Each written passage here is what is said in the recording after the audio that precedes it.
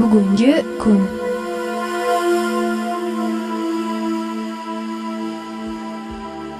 Quyidagi hikoyani birodarimiz Muhammad Bobur Shayx Oyiz al-Qarniyning Allohga qaytgan yigitlar kitobidan tarjima qilganlar. Bugungi kunimizga to'laligicha javob beradigan voqelik har qanday aql egasini jiddiy o'yga toldiradi. Hidoyat Allohdan. Bir yigit bo'lar edi. U Robbisini unutgan, shu sababdan o'zini ham unutgan edi. Beboshligi, qaysar va yomonligi bilan nom chiqargan, hatto ko'p odamlarga aziyat bergan, zulm qilganligidan, odamlar Allohdan uning yomonligidan najot berishini so'rab, uni duoibat qilgan, qarg'agan edilar. Yaxshi solih insonlar unga ko'p marotabalab nasihatlar qilishgan, lekin u qabul qilmagan. Ko'p marotabalab ogohlantirishgan, quloq osmagandi. Hayoti shahvatlar zulumoti ichida kechardi. Bir marta juda kuchli da'vatchi kishi unga va'z aytgan edilar. Ta'sirlanib hatto ko'zlariga yosh ham olgandi. Endi u Alloh va rasuliga ijobat etadi deb gumon qilingandi.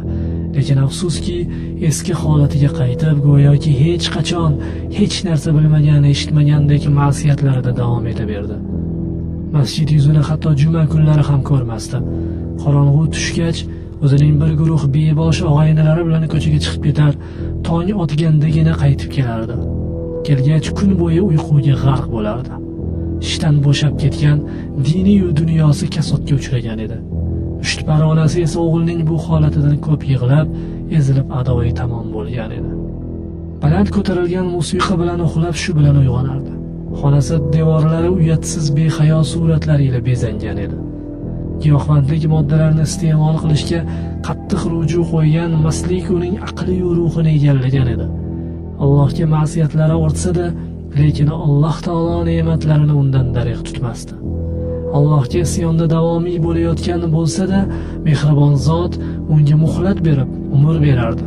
Qur'ondan boshqa hamma narsani tinglar, dindan o'zga hamma narsani tushunar, Alloh zikridan ayri hamma narsani sevardi. Subhanalloh, Allohni tanimas ekan qanday ham xaroba u qalblar. Allohdan yuz o'girgan ekan qanday ham o'tmas tuyg'ular. Shu tarzda yigitning kunlari ma'siyatlar qorong'uligi bilan qoplangan, gunohlari g'ubori bilan o'ralgan tarzda o'tib borardi. Solih insonlardan biri bu osiyni ma'siyatlar chuquridan chiqarish yo'lini izlay boshladi. Ilm ahli va dono odamlarning ko'rsatmalari bo'yicha bu yo'llardan biri foydali pand va nasihatlar, ilmiy mav'izalar yozilgan kasetalarni hadya qilish, odamlarning uylariga, mashinalarga olib kirishdir, toki nasihatgo'yning so'zlarining ta'siri ularning qalblarini yotsin. Yigitga bir nechta ta'sirli mav'izalar yozilgan kasetalar hadya qilindi. U oldida mashinasining qutisiga beparvogina tashlab qo'ydi. Ularni tinglashni o'ylab ham qo'ymadi. Kunlarning birida yigit o'z mashinasida Dammam shahriga safarga chiqdi. Yo'li olis, zerikmaslik uchun musiqa eshitib ketardi. Kasetalarni unisini qo'yib, bunisini qo'yib zerikdi-da, vaqt o'tkazish uchun haligi mav'izalardan birini qo'ydi. Kaseta sekin tinglovchiga ixlos efirlari orqali sidq to'lqinlarida taralar ekan qalbdagi iymon tebranmalarini qo'zg'ata boshladi. Yigit kasetani diqqat bilan tinglay boshladi. Mavzu Allohdan qo'rqish va taqvodorlar haqida edi. So'zlar uning qalbiga sizib kirib, u yerda mustahkam qaror topa boshladi. Kaseta to'xtadi. Yigit hali bir kun kelib Allohga hisob berish, unga yo'liqish haqida o'ylay boshladi va ikkinchi kasetani qo'ydi. Bu kaseta esa tavba va tavba qiluvchilar haqida edi. U ko'ngilni buzuvchi va xafa qiluvchi o'tmishi haqida o'ylar ekan, ko'zdan yoshlar tomgancha kasetalarni birin-ketin alishtirardi. Bu manzara holat tili bilan go'yo ey iymon keltirganlar, sizlarni tiriltiruvchi narsaga chorlaganlarida Alloh va rasuliga javob qilingizlar. Anfal surasi 24-oyatdagidek deyayotgan edi.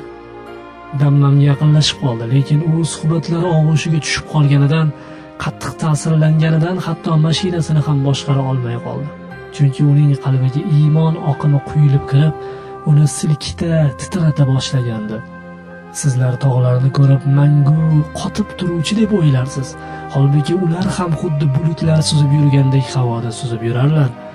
Bu barcha narsani puxta qilgan zot Allohning sinoatidir.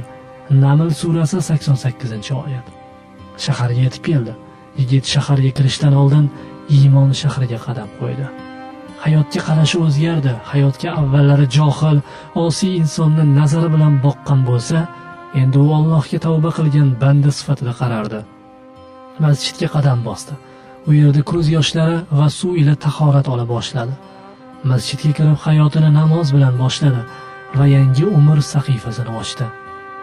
Yana ayting, haqiqat, ya'ni islom keldi va botil kufr yo'qoldi.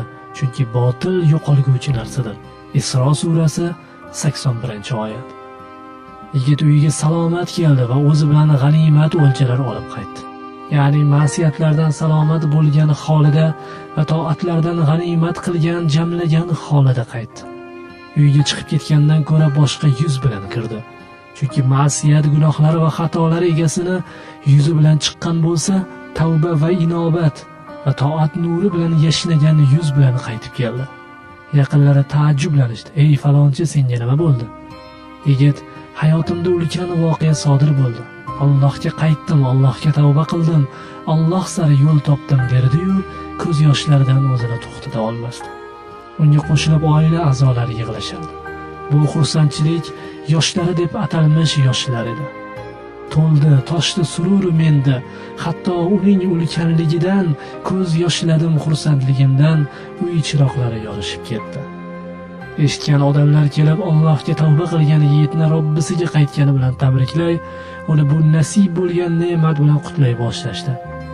Gar qullar keksayib qolishsa kuchdan hojalari ozod qilar ko'rsatib himmat, lekin sen xoliqim avlosan, o'z karaming ila qullikda kechdi umrim, ozod et jahannamingdan. Qur'ondan oyat keltiriladi shu yerda. Aynan o'shalar shunday zotdirlarki, biz ulardan qilgan go'zal amallarni qabul qilamiz va jannat egalari qatorida ularning yomonliklaridan o'tib yuboramiz. Bu ularga va'da qilib yuborilgan haqqoniy va'dadir. Ahqof surasi 16-oyat. Termiziy hamda Ahmad ibn Hanbal tomonidan rivoyat qilingan hadisda Anas radhiyallohu anhu payg'ambarimizdan shunday deydi: "Ey odam bolasi, sen menga duo qilguningcha va to mendan yordam so'rab iltijo etguningcha men sening qilgan gunohlaringni kechirib kelaman va ularga parvo qilmayman. Ey odam bolasi, agar seni gunohlaring ko'pligidan osmondagi bulutlarga yetsa ham tavba qilib mendan mag'firat so'rasang, men seni kechiraman. Ey odam bolasi, agar sen meni oldimga butun yer yuzini to'ldirgan gunohlaring bilan kelsang-yu, lekin menga shirk keltirmagan holingda ro'baro bo'lsang, men seni yer yuzini to'ldirgan mag'firatim bilan qarshi olaman."